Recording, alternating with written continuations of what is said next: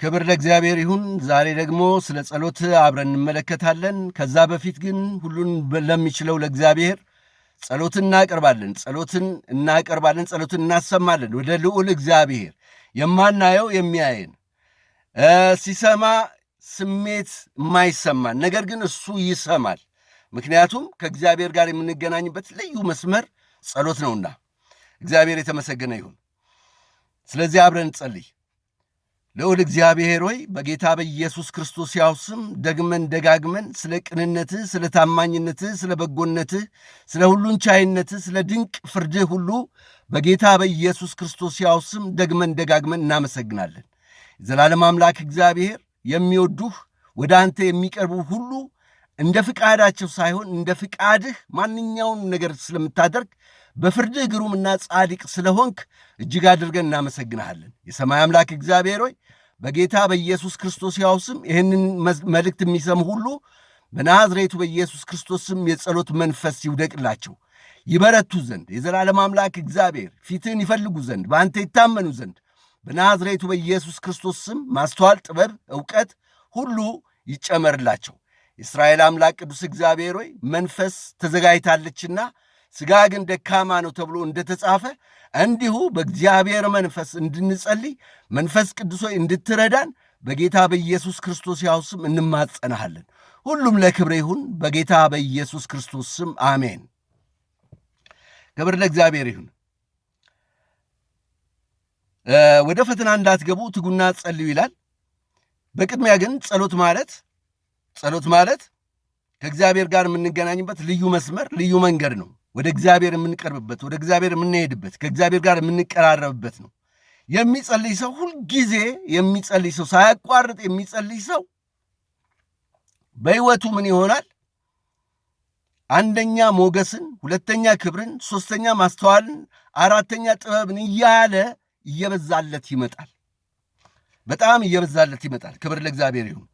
ወደ ፈተና እንዳትገቡ ትጉና ጸልዩ፣ መንፈስ ግን ተዘጋጅታለች፣ ሥጋ ግን ደካማ ነው ይላል ማቴዎስ 26:4 ላይ፣ ማርቆስ 14:38፣ ሉቃስ 22:40 ላይም ተመሳሳይ ቃል እናገኛለን። ባይዘዌ እግዚአብሔር ወይም ጌታ ኢየሱስ ክርስቶስ ይህንን ቃል ሲናገር ጉልበታችን እንዲደክም እንዲያመን ወይም ደግሞ ሥራ ፈተን ዝም ብለን እንድናነበንብ አይደለም። በጸሎት ውስጥ የሚጨመሩ ልዩ ልዩ ነገሮች አሉና በጸሎት እኛም ማናቃቸው ነገር ግን በውስጣችን የእግዚአብሔር መንፈስ ስላለ በእግዚአብሔር መንፈስ እየተላቆጠ የሚጨመርልን የሚበዛልን ትልቅ ነገር አለ። ክብር ለእግዚአብሔር ይሁን። ዘወትር እንድንጸልይ ለምን አስፈለገ ሲባል ይህ ነው ዋናው። ስለዚህ ሰው ኃጢአትን ለመተው ብዙ ጥረቶችን ቢያደርግ የባሰ ኃጢአት ውስጥ ተዘፍቆ ይገኛል። ከዚህ ሁሉ ድካም ይልቅ ሰው ዝም ብሎ ሳያቋርጥ ቢጸልይ ከኃጢአት እየራቀ መምጣቱን ያገኛል። ክብር ለእግዚአብሔር ይሁን። ሁልጊዜ ሲጸልይ ከኃጢአት እየራቀ ነው። ቢኮዝ መንገድ ነው። ወደ እግዚአብሔር እየቀረብን ነው። ወደ እግዚአብሔር በቀረብን ቁጥር ኃጢአት ደግሞ ከኃጢአት እየራቀን እንመጣለን ማለት ነው። ስለዚህ ጸሎት ብርቱ ነው ማለት ነው። ጸሎት ትልቅ ጥበብ ነው። ጸሎት አደገኛና አስደናቂ በልዩ ማስተዋል የተሞላ ጥበብም ነው። ጸሎት በጣም የሚገርመው በጥበብ የተሞላ ነው። የእኛን ነገር የሚያስጥል። ክብር ለእግዚአብሔር ይሁን። ጸሎት ለሚመጣብን መከራ ሁሉ ብርታትን ይጨምርልናል። እንድንችል የሚመጣውን መከራ ሁሉ እንድንቋቋም የሚያደርገው የሚጸልይ ሰው ነው። የሚጸልይ ሰው ወደ እግዚአብሔር የሚጸልይ ሰው ብርቱ መቋቋምን ያገኛል። ክብር ለእግዚአብሔር ይሁን። በነገራችን ላይ ይህንን ሙሉውን የምታገኙት በዩቲዩብ ላይ ነው። ዩቲዩብ ሻሎም ቴዎ የሚል አለ። በዛ ገብታችሁ ልታገኙት ትችላላችሁ። ነገር ግን ፌስቡክ ላይ የማሰራጭበት ዋናው ትልቁ ምክንያት አንዳንድ ሰዎች የኔን ዩቲዩብ ስለማያውቁ በዛው እግረ መንገዴን እንዲያውቁ ብዙ መልእክቶች ስላሉ የሚጠቅሙ ስለሆኑ በጥሞና እንድትሰሙት በጌታ ፍቅር ጠይቃለሁ። ጸሎት በውስጥ ማንነታችን እግዚአብሔር እንድንፈራ የእግዚአብሔርን መንፈስ የእግዚአብሔርን የመፍራት መንፈስ ይጨምርብናል።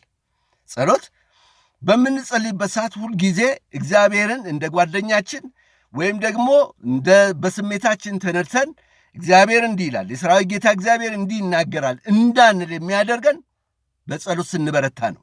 ምክንያቱም በጸሎት ስንበረታ የሚፈጠርልን ወይም ደግሞ በውስጣችን በአእምሯችን የሚቀረጸው ነገር ምንድን ነው? እግዚአብሔር ትልቅ አምላክ እንደሆነ፣ እግዚአብሔር ኃያል አምላክ እንደሆነ፣ እግዚአብሔር ገናና እንደሆነ፣ ሐሰትን ይናገር ዘንድ እግዚአብሔር ሰው አይደለም ተብሎ እንደተጻፈ እግዚአብሔር በትክክለኛ መስመር ከስሜታችን በዘለለ ወይም ደግሞ ከስሜታችን በወጣ መልኩ እግዚአብሔር ለእኔና ለእናንተ ይናገራል ማለት ነው። ጸሎት ትሕትናና ትዕግስትን ያላብሰናል። የሚጸልይ ሰው ትሑት ነው የሚሆነው። በሚመጣበት መከራ ሁሉ ትዕግስትን እየጨመረ ይመጣል ማለት ነው። ክብር ለእግዚአብሔር ይሁን። ጸሎት መልካምና ክፉ የሆኑትን ነገሮች እንድናውቅ ይረዳናል። በጸሎት የሚበረታ ሰው መልካም ይሁን ክፉ በትክክል ይረዳል ማለት ነው። የሚረዳበትን መንፈስ ይለቃል። ጸሎት መልካምና ክፉ የሆኑትን ነገሮች እንድናውቅ ይረዳናል። የማይጸልይ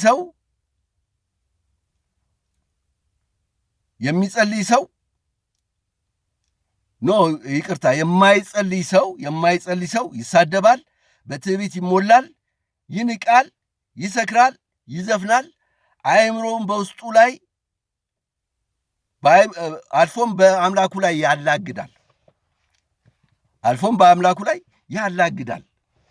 አምላክን እንደ ቀላል ነገር ይቆጥራል። ምክንያቱም ስለማይጸልይ የእግዚአብሔርን ታላቅነት፣ የእግዚአብሔርን ኃያልነት፣ የእግዚአብሔርን ቸርነት፣ የእግዚአብሔርን በጎነት፣ የእግዚአብሔርን ሁሉን ቻይነት ኤልሻዳይ መሆኑን ይንቃል ማለት ነው። ሊያቅም አይችልም። ምክንያቱም በጸሎት ውስጥ የእግዚአብሔር መንፈስ በውስጡ ስላለ ስለማይጸልይ ያንን ነገር ሊጨምርለት አይችልምና ጸሎት በውስጣችን ያለውን መንፈስ ማለትም የእግዚአብሔር መንፈስ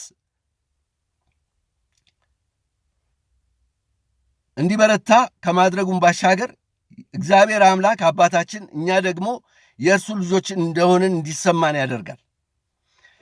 በጸሎት በምንጸልይበት ሰዓት ከአምላክነቱ የዘለለ እግዚአብሔር ለእኔና ለእናንተ አባት መሆኑን እንረዳለን። ከዚህ የተነሳ ነው እኛ በራሳችን በስጋችን አይደለም፣ ነገር ግን በእግዚአብሔር መንፈስ በምንሆንበት ሰዓት ጸሎትን ስለተለማመድን አባ ብለን የምንጠራበትን የልጅነት መንፈስን ይሰጠናል ማለት ነው። ጸሎት በራስ መተማመን ብቃታችን ይጨምራል። የእግዚአብሔር ቃል በውስጣችን ስላለ የምንናገረው ነገር ትክክለኛ መሆኑን የምናውቀው ብርታት የሚሰጠን በራስ መተማመን የሚሰጠን በጸሎት ስፍራ ስንቆይ ነው። ስለዚህ ብዙውን ጊዜ በጸሎት ስፍራ መቆየት መቻል አለብን።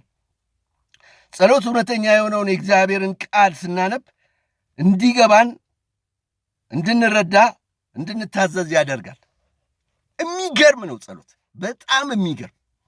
ምክንያቱም የእግዚአብሔር ቃል በስጋ የምንተረትረው ነገር አይደለም፣ በስጋ የምንናገረው ነገር አይደለም፣ በስጋ የምናስረዳው ወይም የምንሰብከው ነገር አይደለም። ጥልቅ ነገር ስለሆነ በጸሎት በቆየን ቁጥር ያ መንፈስ የእግዚአብሔር ቃል ምን ለማለት እንደፈለገ ያስረዳናል ማለት ነው። እግዚአብሔር የተመሰገነ ይሁን። ስለዚህ በጸሎት እንድንቆይ፣ በእግዚአብሔር ፊት እንድንቆይ እግዚአብሔር ይፈልጋል። እግዚአብሔር የተመሰገነ ይሁን። ጸሎት ከላይ እንደተረዳ ነው ከእግዚአብሔር ጋር የመገናኛ መንገድ ስለሆነ እግዚአብሔርን ያገኘናል፣ ሞገስና ክብርንም እንዲሁን መፈራትን ይጨምርብናል። ለምሳሌ ሙሴ 40 ቀንና 40 ሌሊት በተራራ በቆየ ጊዜ ከእግዚአብሔር ጋር ስለቆየ ሲመለስ የሚመለከተው ነገር ምንም ትርጉም የሌለው ነገር ሆነ። እነሱ ሙሴ የሚመራቸው ህዝቦች ለእግዚአብሔር መስገድ፣ ለእግዚአብሔር መሰዋት ሲገባቸው ለወርቅ ጥጃ መሰዋት ጀመሩ። ስለዚህ ሲናገራቸው በጣም የሚገርመው ነገር ንግግሩ አይደለም፣ ፊቱ ያስፈራ ነበር፣ ያበራ ነበር። ስለዚህ ምን አሉ? ፊትህን ሸፍንልን ያሉት። ፊትህን ሸፍንልን። ፊቱን ለማየት አልቻሉም። ስለዚህ በጸሎት የሚበረታ ሰው ጠላት ዲያብሎስ ሊመለከተው አይችልም፣ ሊቋቋመው አይችልም። ስለዚህ በጸሎት መቆየት ብዙ ጥቅም አለው። ጸሎት ያለማቋረጥ ስንጸልይ የምንጸልይ ከሆነ የሰይጣንን፣ የሥጋን፣ የእግዚአብሔርን ድምፅ ለይተን እንድናውቅ ይረዳናል። በጸሎት የሚጸልይ ሰው ከክርስትና አልፎ መንፈሳዊ ስለሚሆን የሚሰበከው ስብከት ከስሜት ይሁን ከሰይጣን ይሁን ወይም ከሥጋ ይሁን ወይም ደግሞ ኮፒ ፔስት ማለት የታላላቅ ሰባኪያንን ስብከት አምጥቶ እንደሚሰብክ የምንረዳበትን መንፈስ ይሰጠናል። ስለዚህ በጸሎት በእግዚአብሔር ፊት በቆየን ጊዜ መንፈሳዊ ነገርን ለመመርመር እንችላለን ማለት ነው። ስለዚህ የሚጸልይ ሰው ዘወትር መጽሐፍ ቅዱስን ማንበብ ይጠበቅበታል። ምክንያቱም የእግዚአብሔር ድምፅ ለይተን የምናውቅበት ዋናው ማረጋገጫ መንገዱ የእግዚአብሔር ቃል ስለሆነ፣ ስለዚህ የሚጸልይ ሰው መንፈሱ ከእግዚአብሔር ጋር የተስማማ ይሆናል ማለት ነው። ስለዚህ የተስማማ ሲሆን የሚመጣው ቃል ከምን ወገን እንደሆነ፣ ከስሜት እንደሆነ፣ ከሥጋ እንደሆነ ይረዳል። ክብር ለእግዚአብሔር ይሁን። ስለዚህ ዛሬ ይህን እላችኋለሁኝ። ይቀጥላል። ይሄ የእግዚአብሔር መንፈስ የሚናገረኝ ጸሎት በዚህ ብቻ አያበቃም። ጸሎት ልዩ ጥበብ አለው። ስለዚህ ጸሎት በተንኮል የሚመጣ ሰው እንኳን እንዴት አድርገን መቋቋም እንደምንችል ብልሃትና ጥበብን ይሰጠናል። ስለዚህ እግዚአብሔር ስሙ ለዘላለም እስከ ዘላለም የተባረከ ነው።